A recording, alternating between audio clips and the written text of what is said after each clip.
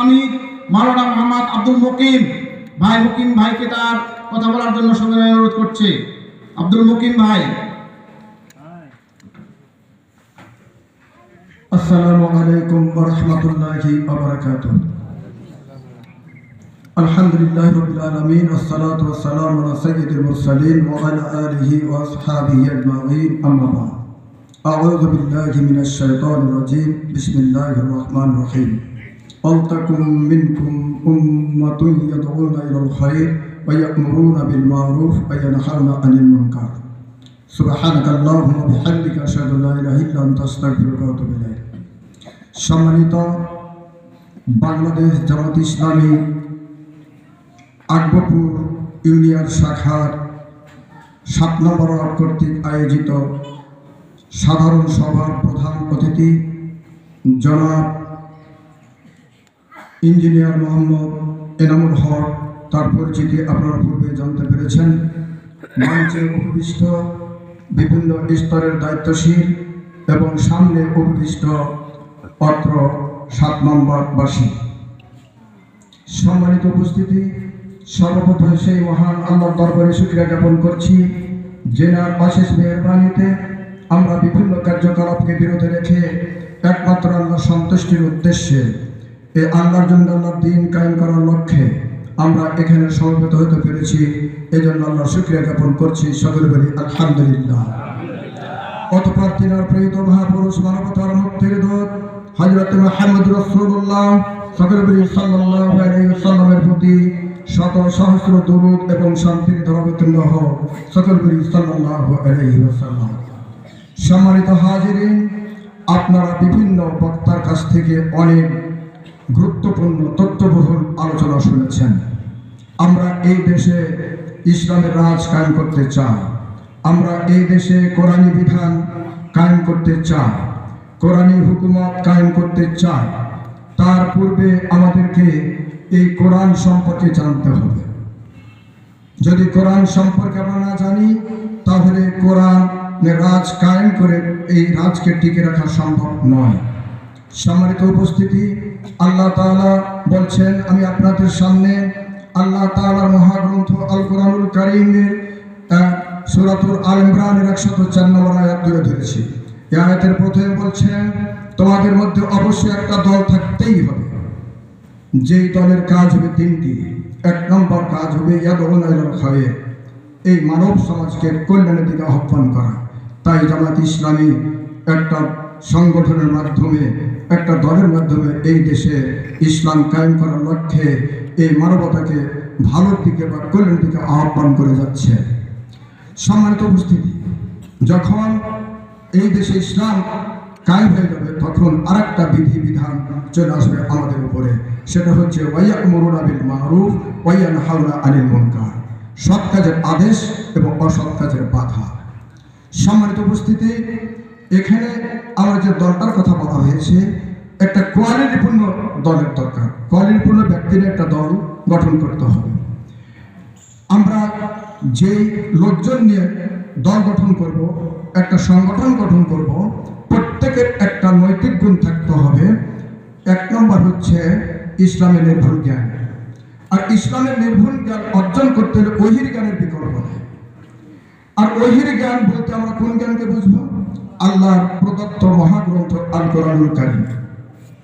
এখান থেকে প্রমাণ হচ্ছে যে আমাদের প্রত্যেকেরই আল কোরআনুল কারীমের এই শিক্ষাকে অর্জন করা আমাদের জন্য ফরজ।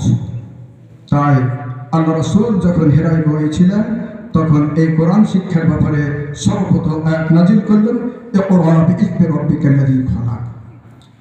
এই কোরআনুল কারীমকে ব্যক্তিগত জীবনে, পারিবারিক জীবনে, সামাজিক জীবনে, রাষ্ট্রীয় জীবনে যদি বাস্তবায়ন করতে চান, তাহলে এমনিতেই হবে তা না, এটা আশা করা যায় না। এটা আমাদের একটা পরিকল্পনা হাতে নিতে হবে। বাংলাদেশ জামাত ইসলামী এই দেশে ইসলামের হুকুমতকে কায়েম করার জন্য 4 দফা কর্মসূচি যেমন হাতে নিয়েছেন, আর এই 4 দফা কর্মসূচিকে বাস্তবায়ন করার জন্য 3 দফা কর্মসূচি, 3 দফা দাওয়াতের মাধ্যমে এই 4 দফা কর্ম বাস্তবায়ন করতে চান। তাই এই কোরআন শিক্ষাকে ব্যক্তিগত জীবনে, পারিবারিক জীবনে, সামাজিক জীবনে, রাষ্ট্রীয় জীবনে যদি বাস্তবায়ন করতে চায়, তাহলে তিনটি কোর্সের মাধ্যমে 4টা কর্মসূচিকে বাস্তবায়ন করতে হবে। 4টা কর্মসূচি কি? 1 নম্বর হচ্ছে তালিমুত তেলাওয়াত, সকলকে এই কোরআনের তেলাওয়াত শিখতেই হবে। 2 নম্বর তালিমুত তাজকিয়া, এটা পরিশুদ্ধভাবে এই কোরআনকে শিখতে হবে। কোন কিতাব? যে আল্লাহর পক্ষ থেকে যে কিতাব অবতীর্ণ হয়েছে, মহাগ্রন্থ আল কোরআনুল কারীম। আর এই কোরআনকে বাস্তবায়ন করতে হলে একটা হিকমা, যেমন এই বিগত সরকার জুলুমের মাধ্যমে আমাদের শিক্ষা থেকে আমাদেরকে অনেক দূরে সরিয়ে রেখেছিলেন।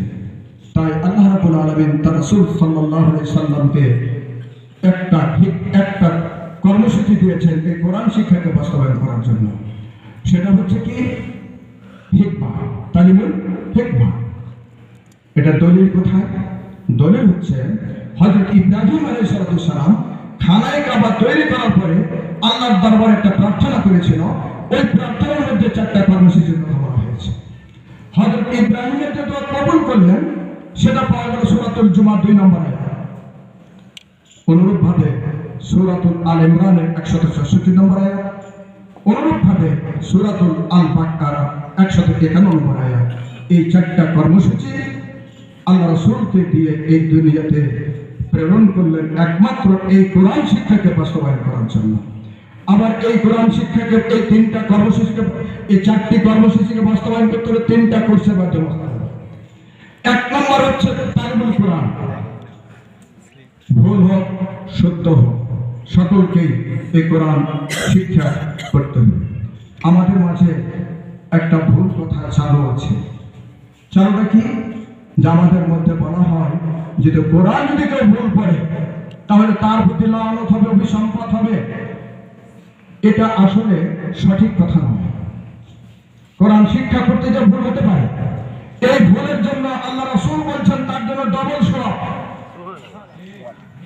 যদি কোরআন পড়তে পড়তে ভুল হয়, শিখতে ভুল হয়, আর ভুলের কারণে আমি খুব সহি পড়তে পারি, এর জন্য 1টি সওয়াব। আর যে ভুল পড়তে পড়তে শিখে তার জন্য ডবল সওয়াব আল্লাহ রাসূল ঘোষণা করেছেন। সুবহানাল্লাহ। তাই আমাদেরকে এই কোরআন শিক্ষাকে বাস্তবায়ন করতে হলে ভুলের মাধ্যমে শিখতে শিখতে আমার সহি করে আসতে হবে। এটা হলো একটা কোর্স।